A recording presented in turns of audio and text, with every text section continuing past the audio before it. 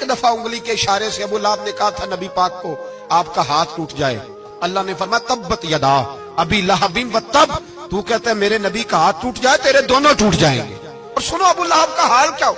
अबू लहब का माना है अबू लहब शोलों का बाप, लहब शोलों वाला।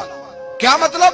अबू लहब इतना हसीनो जमील था कि उसके जो रुखसार थे शोलों की तरह चमका करते, इतना खूबसूरत था, लाल सुर्ख रंग था, खूबसूरत आदमी।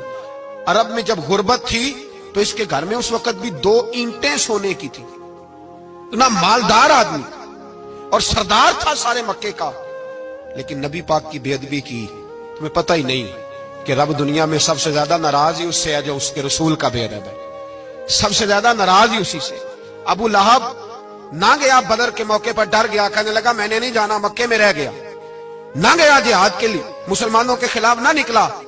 लोगों ने बड़ा इसको लान तान किया, लेकिन कहने लगा मेरे खर्चे पे 4-5 बंदे ले जाओ, मैं नहीं जाऊंगा, पीछे रह गया। लोग कहने लगे बच गया है, लेकिन इसके जिस्म के अंदर ऐसी बीमारी निकली कि रेशे से भर गया सारा वजूद, रेशे। इसके बच्चों ने ले जाके अबू लहब को पीछे एक हवेली थी मक्के के बाहर, उसमें बंद कर दिया। चीखता था, चिल्लाता था, बंद कर दिया उसको ले जाके वहां पीछे। और जब उसको बंद कर दिया कमरे में तो चिल्लाता था, चीखता था, कोई मुझे बचाओ, कोई पानी पिलाओ। दरवाजा तोड़ के बाहर निकला तो चौक में मर गया अबू लहब। इतनी बदबू आती थी कि कोई करीब नहीं जाता था। चौक में लाश पड़ी थी, यह है मैयत किसी बेअदब की, मुंह दिखाने के काबिल नहीं, उनके दुश्मन पे लानत खुदा की, रहम पाने के काबिल नहीं है। चौक में लाश पड़ी है, तब्बत यदा अबी लहबिन व तब, चौक में पड़ी हुई है, कोई करीब नहीं जाता। उसके बेटों से लोग जाके कहने लगे तुम्हारा बाप था, शर्म करो।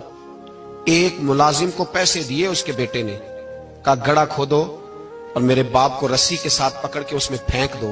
एक गड़ा खोदा मक्के की गली में और रस्सी के साथ पकड़कर, रस्सी के साथ बांध कर उसकी टांग को घसीट कर उस गड़े में डाल दिया, ऊपर से मिट्टी डाल दी, बदबू का वो ढेर बंद कर दिया।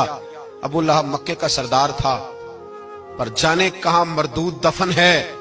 लेकिन मियानी साहब के कब्रिस्तान में जाओ, मियानी साहब के कब्रिस्तान में वो इल्मुद्दीन जिसे अपना नाम भी नहीं लिखना आता था, हजारों लोग रोजाना उसकी कब्र पे खड़े होते हैं और रसूलुल्लाह की नाते सुनाते हैं।